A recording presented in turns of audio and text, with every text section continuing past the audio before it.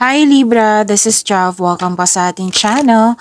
By the way, Libra, this is timeless reading. Gamitin ang reading na ito bilang gabay lamang. Kung naka-resonate kayo, comment down. Tandaan, Libra, ito ay channel reading. Kunin nyo lang po kung ano ang naka-resonate sa'yo.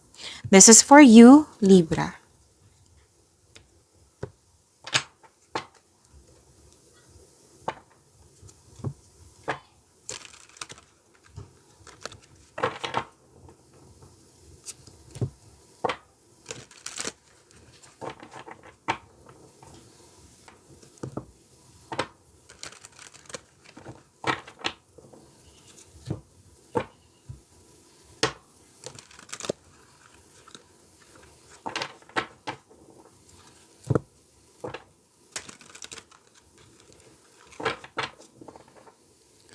Para po ito sa'yo, Libra.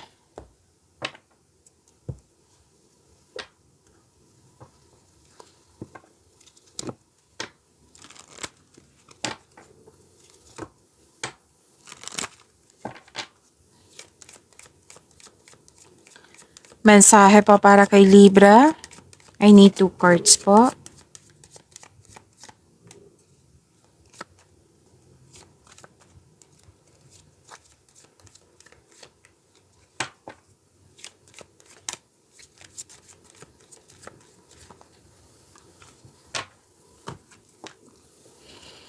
Wow! Libra, this is from message from Archangel Azrael. Your loved ones in heaven are doing fine. Let go of worries and feel their loving blessings. Ang ganda naman. Hello from heaven.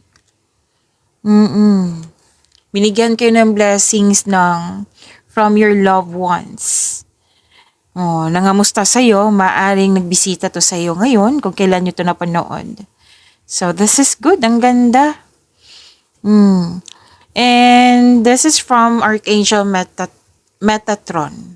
Sabi po dito, call upon me to clear and open your chakras using sacred geometric shapes. Oo. Kailangan ng cleansing. Pwede din i-release yung negativity. Mag-grounding, mag-meditate, magbigay ng time sa nature kung pwede sa'yo. Oo. So, kung wala kayong time mag-spend time sa nature, then pwede din naman sa pakwarto, sa bakuran nyo. Mag-meditate kayo and clear your, turn your, energy from negativity to positivity. So, magkaroon ng cleansing, kumbaga. And, yun. Time for reflection din to eh. Kailangan magkaroon ng time for yourself. Basta more on focus kayo sa releasing on negativity and sikapin yung magkaroon ng flow of positivity sa inyong energy. Okay?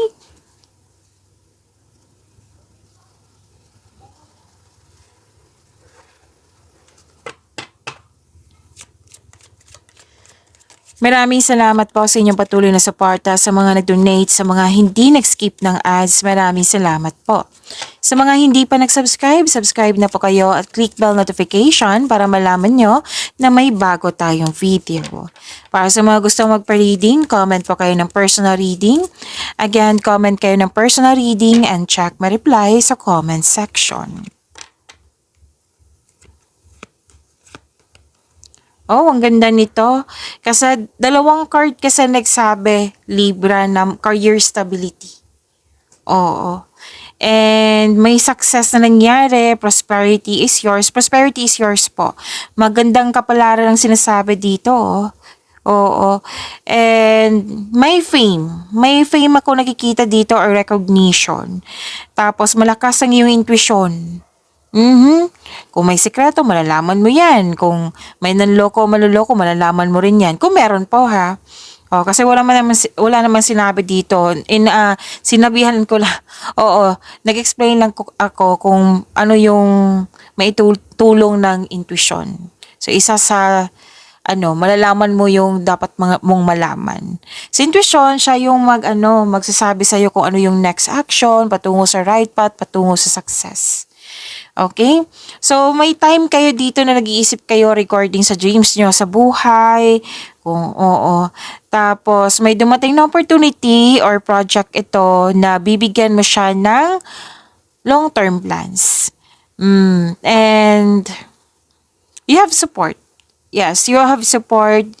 And sinabi dito na ang yung hard work mo is for yung security. Like, ma-secure yung future mo. Oo. And this is good fortune ha. Ang ganda nito. Kasi itong tatlong card nagsabi dito positive cards to lahat. So, claim nyo po. Libra. And maaring nakatanggap kayo ng regalo or tulong. Oo, dalawang card po pala nagsabi dito regarding sa fame. Pwede din na nakilala ka sa mga gawa mo, nagbigay ng compliment sa iyo, na recognize ka, pwedeng nagbigay ng awards, yan. And this is abundance, love is blooming. Oo, kitang-kita ko yung happiness mo ha. So you deserve this. Ang ganda ng cards mo, Libra.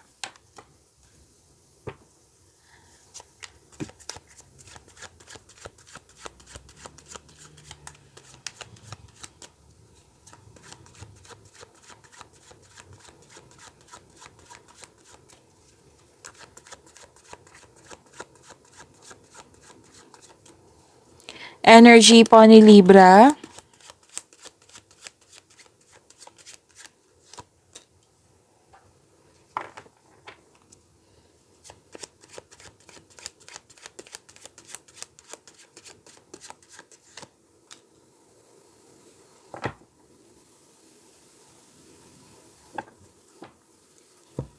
Kung may napansin kayo na repeating message, yan po yung pinupush ng card sa inyo.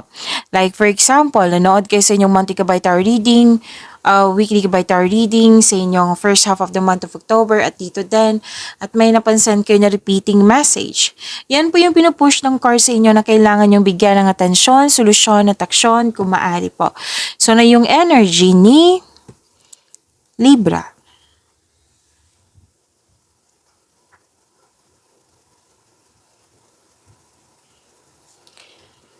Wow, dalawang card mismo nagsabi dito ha, Libra, na masusunod yung gusto mo. Desisyon, ideas, or plano. Kasi, ano to authority. Pwede din na magaling kayo na leader ha. Sabi ng card dito, magaling kayo na leader. You have, this is authority, leadership, stability, and kalma kayo. Sabi ng card dito, magaling kayo na leader. Maraming naniniwala sa iyo. Maraming naniniwala sa inyong galing at talino. And you have very supportive group of people. Yan, very supportive sila sa iyo. Naniniwala sila sa iyo. Ito yung sinabi kanina dito. Tandaan nyo, yung sinabi ko kanina na may support, na maraming naniniwala sa iyo. So, mapagmahal kayo at marunong sa buhay. Marami nang napadaan na nahihirap sa buhay bago naging successful.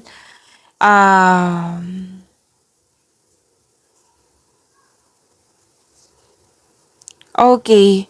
May ano ka sa dito, connection mo sa isang tao, pwedeng person mo to, pwedeng matalik mo kaibigan or kasamahan mo dyan, parati mong kasama. Basta po, both of you are taking an action para magkaroon ng stability sa inyong connection. Para maipalago pa ang yung relationship to each other. Okay? But, babala lang po sa ego clashing. Kasi mukhang may problema dito sa ego. Okay? And sa career and money, which is maganda kasi you're making tremendous progress in your career. Nag-level up ka na sa pinili mong career.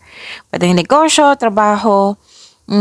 Tapos maraming naniniwala sa inyong galing at talino.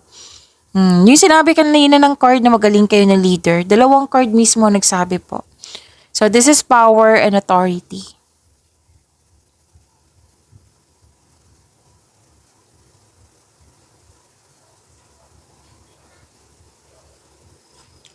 You have strength. You're very inspired in doing some action. You have personal power. Wow. So this is victory. Mahigit pa to sa success. This is victory. So nag-clarify na naman siya dito. Success. Okay? This is victory. Mahigit pa sa success.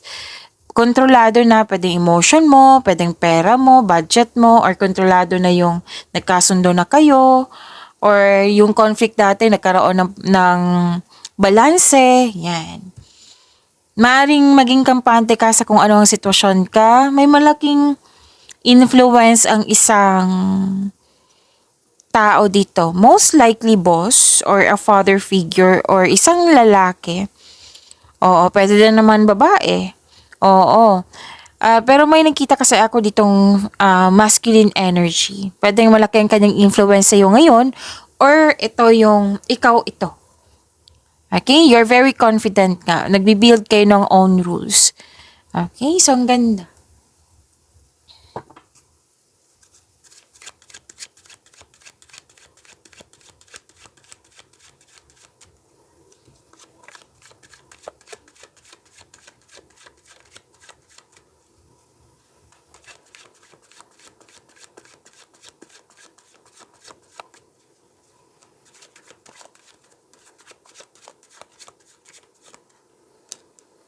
This is about your career and money, Libra.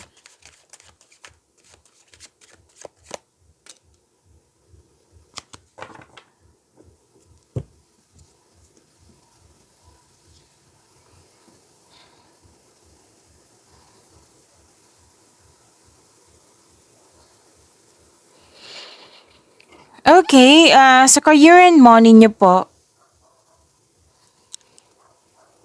may challenge dito. May nakita kong challenge dito. Pero, kung gawain ito, tapusin niyo po daw. Sabi ng yung card. Oo. Kasi may nag-aantay na gawain dito eh. Tapusin niyo po daw kung pwede po. Wag po daw kayong sumuko. Parang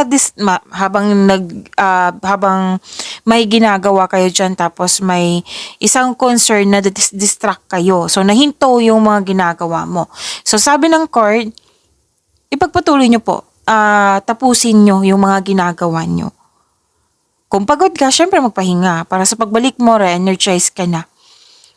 Tapusin nyo po yung mga ginagawa nyo. Kasi nearing completion to eh. Malapit mo nang matapos. Actually, gusto mong mapag-isa. Oo. Gusto mong, it might be pagod talaga. Oo. Sinabi kasi ng card, pagod. Pagod na gusto mong sumuko. So, sabi ng card, wag kang sumuko. Tapusin mo yung nag-aantay na gawain. Okay? Kung konflikto sa isang tao, mag-usap po daw kayo ng mahinahon at magawa ng adjustment kung kinakailangan. May issue pa rin si ego dito. Natandaan nyo kanina yung sinabi ko sa energy. Oo. So, possible to sa connection to sa isang tao na distract ka. Na nakikita ko kasi dito na huminto ka sa mga ginagawa mo. So, yung advice ng card nyo kanina na ipagpatuloy nyo, tapusin nyo yung mga ginagawa nyo.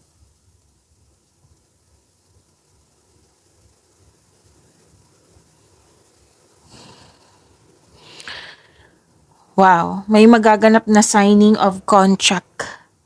Oo, or pwede din walang signing of contract na nagkasundo kayo. Like, sige, usapan natin yan ha, deal.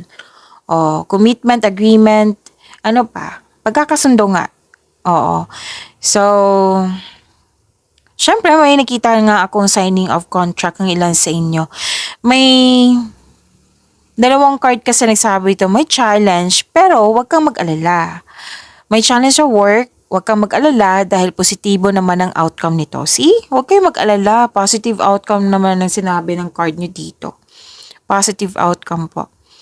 Any kind of negotiation, pwedeng job interview or any kind of negotiation na connected sa inyong career and money, magiging successful po ito. Sa financial, mabalanse mo ng kaperahan po mo at ma-i-improve pa ito. Actually, may hustisya na parating sa iyo. Libra. Oo. This card asks you to use your logic and remain objective dahil ito ay makatulong na ma-uncover mong katotohanan sa isang sitwasyon. Kung may legal matters kayo, huwag kayong mag-alala. Kung meron po ha, kung may legal matters kayo, huwag kayong mag-alala kasi may nakita ko ditong panalo. Yes, mananalo ka. Yes, mare-resolve na. Like for example, concern sa property, mare-resolve na yan. So this card advises you to stay true to yourself and act with integrity. Have faith na ang imbalance sa sitwasyon are now working out in your favor. Kumbaga, kung disbalance before, ngayon pabor na sa iyo yung sitwasyon. Ipagpatuloy niyo po daw makinig sa inyong intuition. So maging may hustisya, magiging balanse na, may fairness, may clarity, may cause and effect. Yan. Actually, this is your card, Libra. Justice.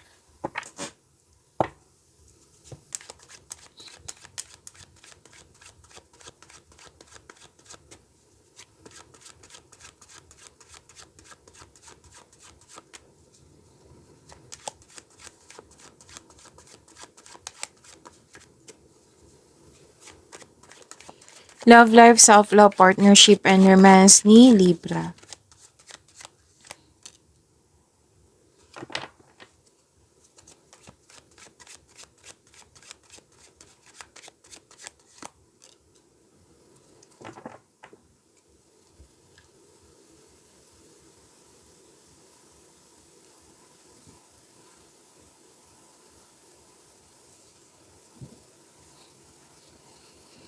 Libra.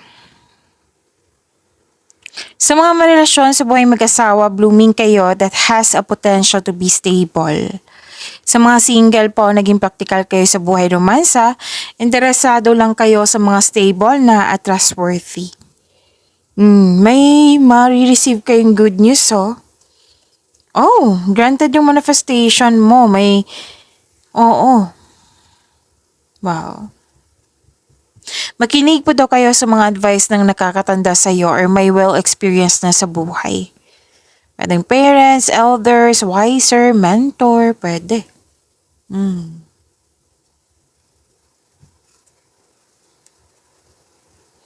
You're moving forward. You're embarking on a healing journey. May willingness dito eh. Kahit nasaktan ka, may naalala ka, or may nangyari na nasaktan ka, nabibigatan ka, nagpasya ka dito mag-move forward. Nag-take action ka na para magkaroon ng healing. And this is good. Dapat nga na magkaroon ng healing. Okay. And pwedeng paglilipat to sa isang lugar, pwedeng bakasyon din to. Pwedeng naghahanap ka ng solusyon sa iyong problema. Pwedeng umiiwas ka sa toxicity or toxic place. Single ka man may relasyon sa buhay mag-asawa, ha? Ang ilan sa inyo nag-decide na mag-move on mula sa mapanakit na pangyayari. At sa mga marelasyon sa buhay mag-asawa, sa mga marelasyon muna, posibleng itong nagpasya kayo mag-live-in or di kaya kayong lahat maglipat bahay kayo. May magbuo ng pamilya talaga, So, this is about growth. Pag-level up nyo.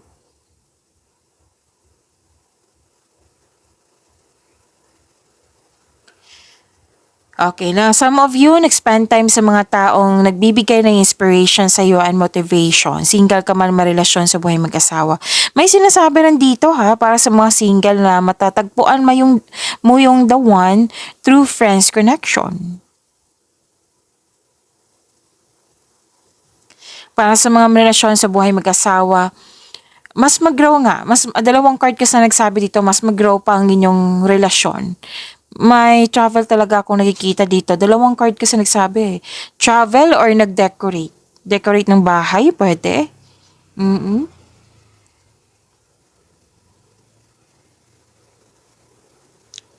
Nakikita ko rin dito, Libra, na sa mga relasyon, strong, confident, sa buhay mag-asawa din, strong, confident, and compassionate kayo sa isa't isa, well-established and successful sa inyong relasyon. Oo. Wow, sa mga single ha, may sinabi. 'Di ba may sinabi kanina na matagpuan mo siya through friends connection? So, dinescribe yung character ng the one mo na very passionate siya. Mahilig siyang magsuyo. Oo. Charismatic at masayahin. Which is ideal type mo to. Okay? Pag-imanin niyo po yung blessings sa binigay sa inyo, Libra. See you tomorrow. Maraming salamat.